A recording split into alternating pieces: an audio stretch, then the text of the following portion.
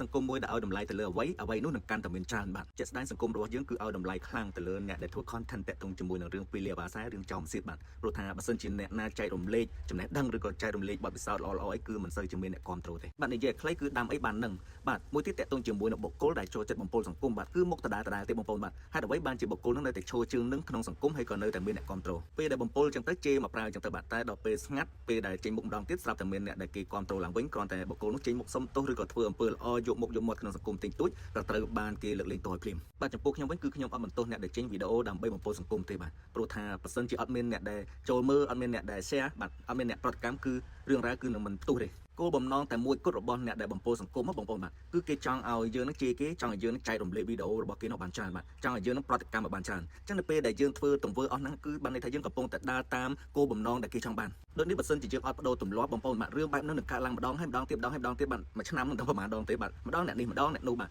អញ្ចឹងយើងត្រូវតែបដូរទម្លាប់ហ្នឹងចេញបាទខ្ញុំចង់លើកឧទាហរណ៍នៅក្នុងសង្គមជប៉ុនបាទចឹងបើសិនជាមានបុគ្គលដែលអត់មានចំណេះដឹងឬក៏ចេញចរិតមកថាបាតផ្សារអត់មានអ្នកណាមើលទេចង់រំស្រាតក៏គេអត់មើលដែរបាទព្រោះថាគេអត់ចាត់ទុកថាអ្នកហ្នឹងជាមនុស្សដែលមានតម្លៃដែលត្រូវគេចំណាយពេលមើលបាទនៅពេលដែលចេញវីដេអូមួយអត់មានអ្នកមើលវីដេអូពីរអត់មានអ្នកមើលវីដេអូ3អត់មានអ្នកមើលយូរៗទៅគឺឈប់ចេញឯងបាទតែផ្ទុយទៅវិញបើសិនជាបុគ្គលនឹងថាចេញទង្វើខាងលើសលុបខ្លាំងបាទចឹងគឺគេប្រើច្បាប់ដើម្បីចាត់ការតែម្ដងពេលដែលគេចេញមកបំពុលសង្គមម្ដងគឺគេស្មានដឹងទៀតបងប្អូនបាទគេស្មានដឹងថាគេនឹងអាចវាយលុកបានប្រហែលថ្ងៃបានន័យថាវីដេអូដែលគេធ្វើហ្នឹងគឺនឹងអាចមានអ្នកប្រតិកម្មនឹងអូសបន្លាយបានប្រហែលថ្ងៃចឹងទៅបាទហើយមានវិសាលភាពប្រហែលបាទចឹងនៅពេលដែលយើងចូលមើលយើងប្រតិកម្មយើងនឹងគឺចូលក្នុងអន្តៈរបស់គេមួយទៀតតកតងនឹងអ្នកដែលប្រតិកម្មបាទចឹងយើងតែតែឃើញមានអ្នកដែលចេញមកប្រតិកម្មបងប្អូនអ្នកប្រតិកម្មខ្លះគឺជាគ្នាគេទេបាទម្នាក់ច្រៀងម្នាក់រាំម្នាក់វាយស្គមម្នាក់លេងហ្គីតាចឹងទៅបាទខ្ញុំនិយាយនេះមិនមានន័យថាគ្រប់អ្នកប្រតិកម្មសុទ្ធតែជាគ្នាគេទេបាទប៉ុន្តែមានអ្នកមួយចំនួនគឺជាក្រុមរបស់គេនឹងឯងដូចនេះវិធីសាមញ្ញដែលយើងអាចទប់ស្កាត់អ្នកដែលបំពុលសង្គមបងប្អូនគឺអត់ពិបាកទេពេលដែលឃើញគឺអស់រំលោភបាទកុំចូល comment កុំចូលទៅប្រតិកម្មកុំទៅ share កុំទៅជេរអីទាំងអស់បាទយកអស់ចោលតែម្ដងបាទហើយបើថាធុញខ្លាំងពេកគឺ block